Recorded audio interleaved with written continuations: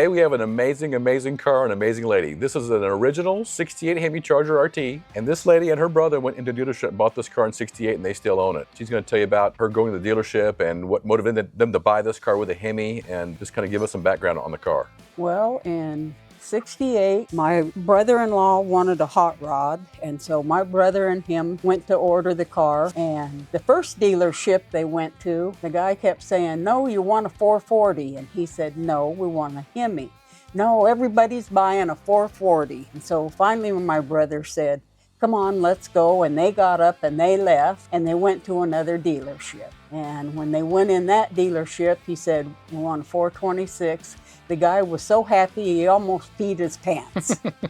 And they ordered the 426, and originally it was for my brother-in-law. So he got the car. He had it for a little less than a year. At this point, he was my ex-brother-in-law. He got a girlfriend that she didn't want him to have a hot rod. She wanted to be the main source of his attention. And so him and my brother worked out a deal so that now it was my brother's car. Then it went from my brother's car to my car. And that swapped back and forth at least a half a dozen times. In between this, I was a telephone operator out in Southern California. It was my everyday driver.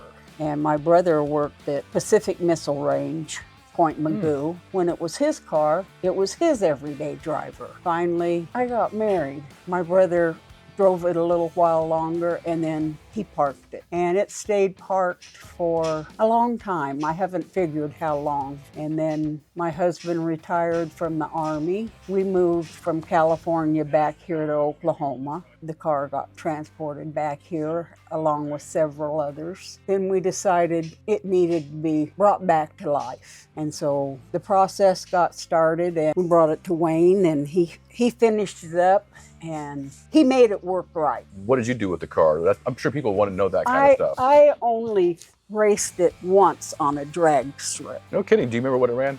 Actually, no. I know that I won. That's all that matters, right? As long as the wind light comes on, nothing else matters. And I'll tell you, when I raced it, that had to have been probably in the early 70s. Okay. And I had a 69 Roadrunner at that time, was standard. And I was going to the races early that morning after I got off work, and I was used to driving the standard transmission in the Roadrunner. The tree went down to the green light and I took off, and I went to shift, and I was used to the standard transmission. Yeah. And I'm telling you, I hit that brake and I realized this is not the Roadrunner, and I took my foot off the brake. I nailed the gas again, and I still won. That's funny. So do you remember what you were racing? I think it was Barracuda. Oh, kidding. No kidding. Cool. But I won. Awesome. That's all I cared about. I won. Yep. So who put the most miles on this car? I think I did. Yeah? I think I did. So it was a daily driver for a long time. Yeah. No air conditioning. I didn't No need power it. steering, just cruising. I was in Southern California. I didn't need air conditioning. Yep. And at that time I was very young, and I was pretty strong for a girl. I didn't need power steering. I have its birth certificate. Yeah. I took the window sticker off of it when it came home. So it's original engine, original transmission, and all that stuff all this time. That's cool. Everything is original numbers. That's cool. It's all matching numbers. So when was the floor shifter put in the car?